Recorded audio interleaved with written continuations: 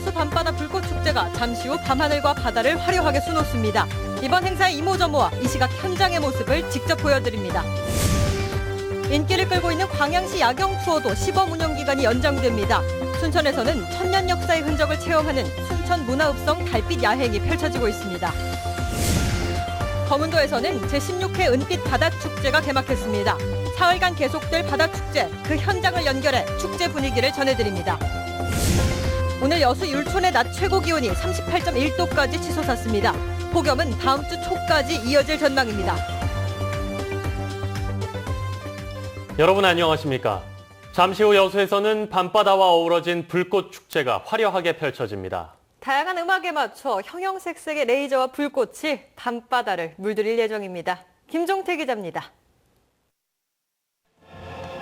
바다와 맞닿은 밤하늘에 오색 불꽃이 수놓습니다.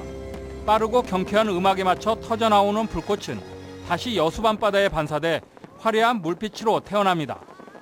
박람회 개최전인 지난 2010년 이순신 광장 앞바다에서 펼쳐졌던 여수 세계 불꽃 경연대회. 오늘과 내일 밤 같은 곳에서 이에 못지않은 화려한 불꽃 축제가 여수를 물들입니다. 여수의 낭만이라는 주제로 열리는 이번 축제는 여수 출신 사업가인 박수관 회장이 3억 원의 후원금을 전달하면서 시작됐습니다. 불꽃 축제장은 모든 준비를 마치고 5만 발의 불꽃을 하늘로 쏘아올릴 준비를 마쳤습니다. 다른 불꽃 축제와 달리 이번 축제는 화려함이 더해질 것이다 이렇게 생각이 되고 여수의 아름다운 밤바다와 함께 시민들에게 즐거움과 행복을 선사할 것이다 이렇게 생각이 듭니다. 여수시는 축제장에 10만여 명이 몰려 교통혼잡이 우려됨에 따라 불꽃 축제를 인터넷으로 생중계합니다. 유람선을 타고 바다 위에서 직접 불꽃 축제를 관람하는 선상 투어도 계획하고 있습니다.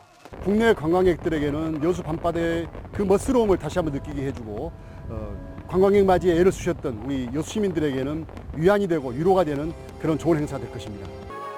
전국적으로 최고의 관광 트렌드로 자리 잡은 여수 밤바다. 밤바다와 어우러진 화려한 불꽃 축제가 다시 찾고 싶은 관광도시로 여수를 새롭게 부각시킬 것으로 보입니다. MBC 뉴스 김종태입니다.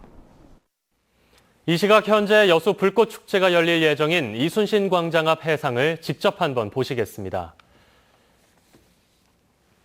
이곳에서는 앞으로 40분쯤 뒤인 오늘 밤 9시 10분부터 20분 동안 이탈리아 뮤지컬 불꽃쇼가 펼쳐집니다. 지금 이 시각 행사장과 주변에는 수만 명의 관광객과 시민들이 불꽃쇼를 기다리고 있습니다.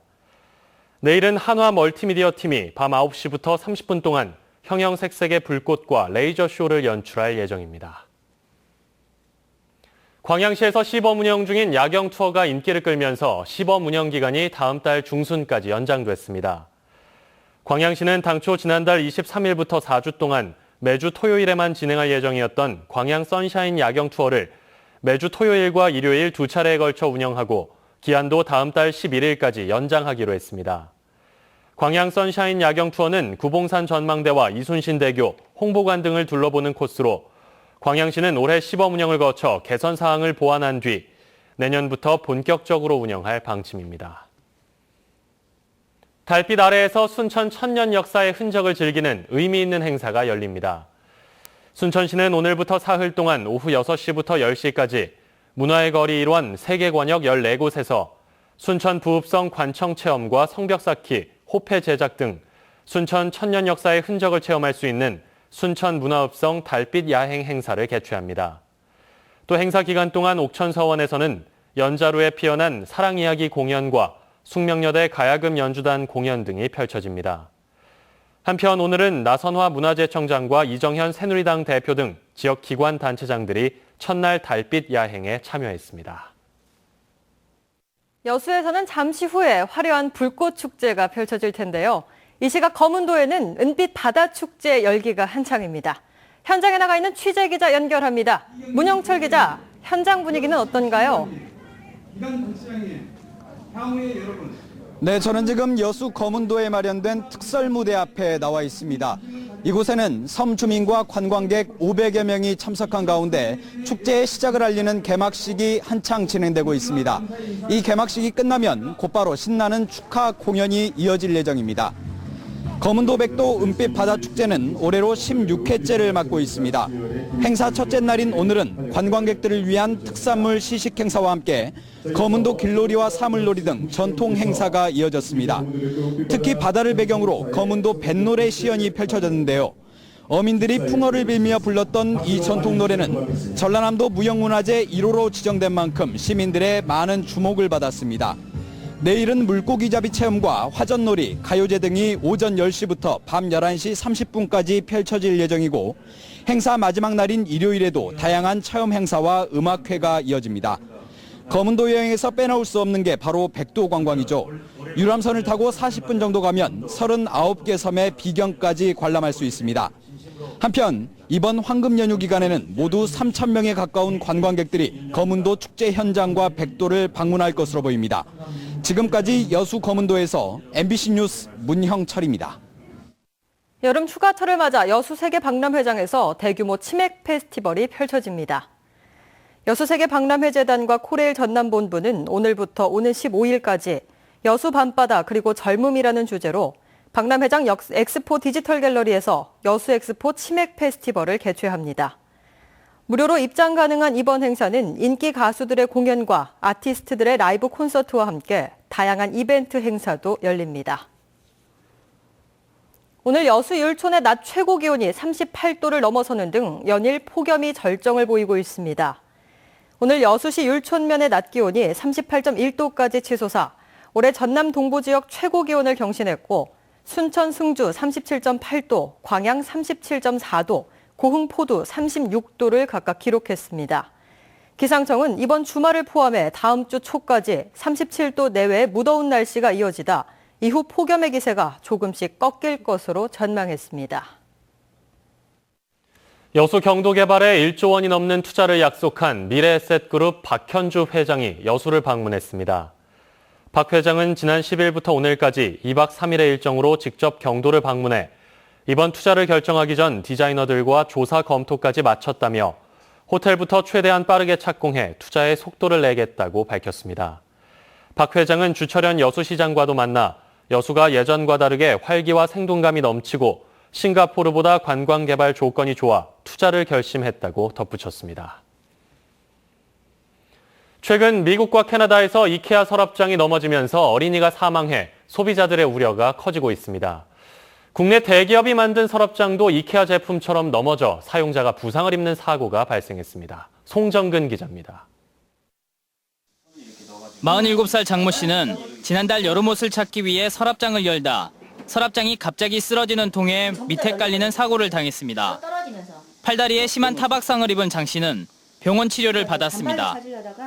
장 씨는 3년 전 구입한 서랍장을 빼내는 순간 다리 부분이 무게를 견디지 못하면서 앞으로 넘어졌다고 설명합니다. 남편이 이제 퇴근하고 집에 같이 있었기 때문에 불렀어요. 부르니까 와서 이걸 해줬는데 만약에 나 혼자 있었을 때는 내가 대처할 방법이 어떤 것도 없었다는 게 제일 두려운 거죠. 이게. 해당 서랍장은 국내 유명 가구 회사인 리바트 제품으로 지난 2012년부터 만들어져 전국적으로 1000여 개가 판매됐습니다. 리바트 측은 해당 제품은 일정 힘을 가했을 때 넘어지는지를 측정하는 KS 기준에 부합하는 제품이라 자발적 리콜 대상은 아니라는 입장입니다. 하지만 2년 전부터는 서랍장 뒤쪽에 고정장치를 추가로 설치하도록 한 리뉴얼 제품을 판매하고 있습니다. 저희는 이번 일을 계기로 좀 더 제품 안전에 신경을 쓰겠다. 이게 저희 입장입니다. 이케아 서랍장 어린이 사망 사고 역시 서랍장 뒤쪽에 고정 철물이 없어 일어난 사고로 서랍장 3만 6천 개 전량을 리콜한 바 있습니다. 이런 사고들로 소비자들의 불안이 커지자 정부 역시 국내에서 유통 중인 국산 서랍장에 대해서도 이번 달부터 안전성 전수조사를 시작했습니다. MBC 뉴스 송정근입니다. 세월호를 온전한 상태로 인양하겠다고 설명해왔던 정부가 세월호 선체에 수십 개의 구멍을 추가로 뚫기로 했습니다. 안전한 인양 작업을 위해서라는데요. 원인 조사도 못한 선체를 잘라내는 작업이 계속되면서 유가족들이 반발하고 있습니다. 양현승 기자입니다. 해양수산부가 세월호 선체 하부, 탱크와 기관실 등에 34개의 구멍을 뚫기로 했습니다. 가로 15cm, 세로 30cm 크기의 직사각형 형태입니다. 인양 과정에서 선체 내부의 물을 신속하게 빼내 세월호를 선적할 플로팅 도크의 안전성을 확보하기 위한 거라고 설명했습니다. 잔존유 유출과 유류품 유실 가능성에도 대비하겠다고 밝혔습니다. 그거는 몇 달 전부터 얘기는 있었어요. 근데 이제 저희가 선수들기 작업하고 하면서 그거에 대해서 구체화된 거는 조금 미뤄놨던 상태고 이제 그거를 실행을 하는 거죠. 세월호 선체 일부를 잘라내는 작업은 지난달 29일 선수들기에 성공한 뒤에만 벌써 두 번째. 해수부는 지난 3일 뱃머리 부분에 화물 크레인 기둥이 추후 플로팅 도크를 파손할 우려가 있다는 상하이 셀비지의 요청을 받고 절단 작업을 진행했습니다. 지난 3월에는 선수 부분에 파도를 막기 위해 설치된 울타리 브로크를 절단했습니다.